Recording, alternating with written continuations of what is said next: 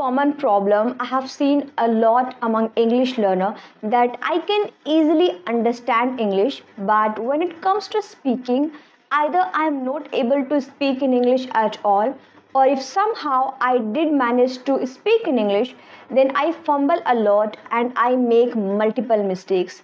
So if this is a problem with you, then keep watching this video till the very end. In this video, I am going to talk about something which a lot of people are struggling with.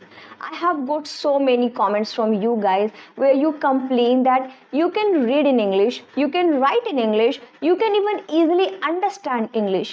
But whenever you have to speak in English, you always get stuck.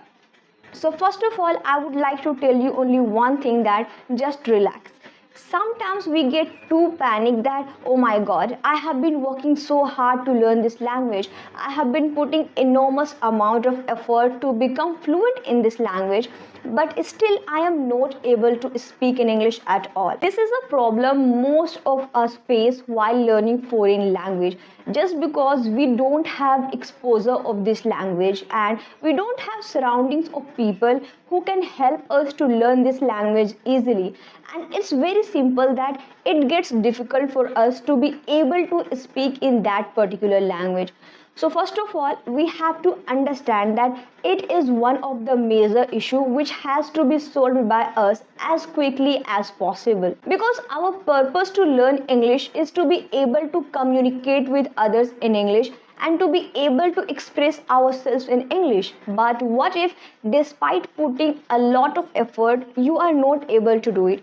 So as by my experience, there's one thing I have realized over time, that in order to be able to express yourself, you need to have proper knowledge and information about the topic. But if you don't know what you have to speak, then it's impossible to be able to express yourself in that particular topic. So let me give you an example. What I am trying to say here is, as I already mentioned, that you need to have proper and accurate knowledge and information about the topic, then only you will be able to speak about that particular topic. So what I am trying to say here is, if somebody comes and tells me to speak about biology, then I don't think that I will be able to express this topic in English that much, especially without preparation.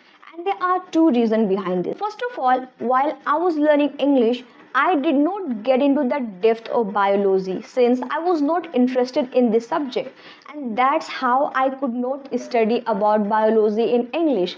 And there's another reason behind not being able to speak in English about biology is, I studied biology in other language, which is Hindi. So it's very difficult for me to memorize every single word and every single vocabulary of biology in English too. So what I'm trying to say here is, sometimes we can't speak in English about something because we don't have enough knowledge about it. But it does not mean that I can't speak in English at all. Let me give you another example. If somebody comes to you and asks you about, let's say, Independence Day, and you have to answer this question in English, but you are not able to answer this question. So there are two reasons behind not being able to answer this question. First of all, if you can't answer this question in English, then probably you don't have enough vocabulary and enough phrases which is going to be used in this context. And there's another reason behind not being able to answer this question is, you don't have enough knowledge about this topic, that you won't be able to answer this question. What I'm trying to say here is, in order to answer any question, you need to have proper knowledge about that topic, and then only you will be able to speak in English. Because a lot of people complain that whenever I try to talk to myself, I can easily talk about it, but whenever somebody asks me any question, I can't answer that question in English. So it could be the reason. So this is the first reason why you can't speak in English despite having known everything about this language. And there's another reason behind not being able to speak in English is, most of us know that In order to learn any language, you will have to focus more on output rather than input. But we do it completely opposite.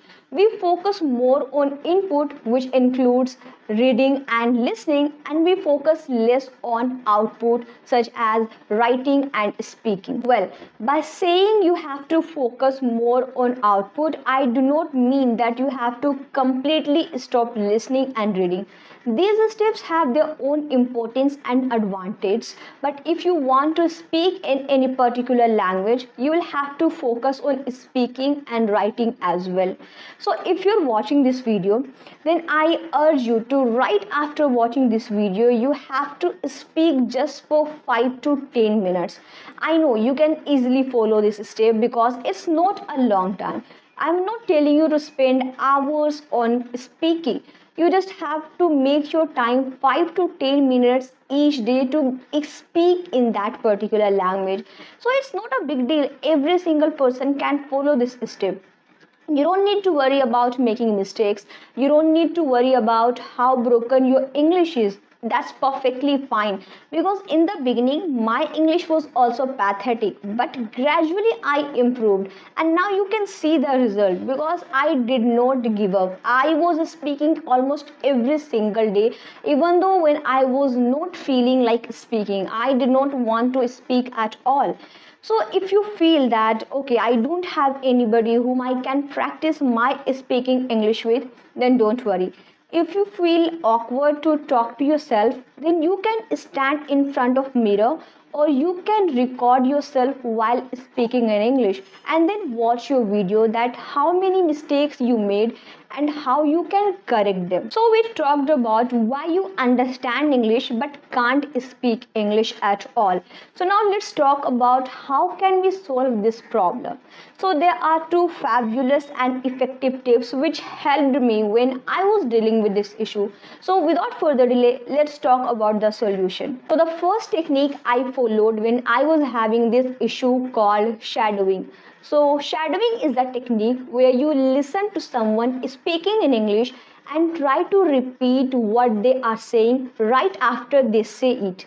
It will not only help you to improve your pronunciation, but it will also help you to understand how sentences are being constructed. Just by mimicking English speaker, you can train your ears and mouth to work together.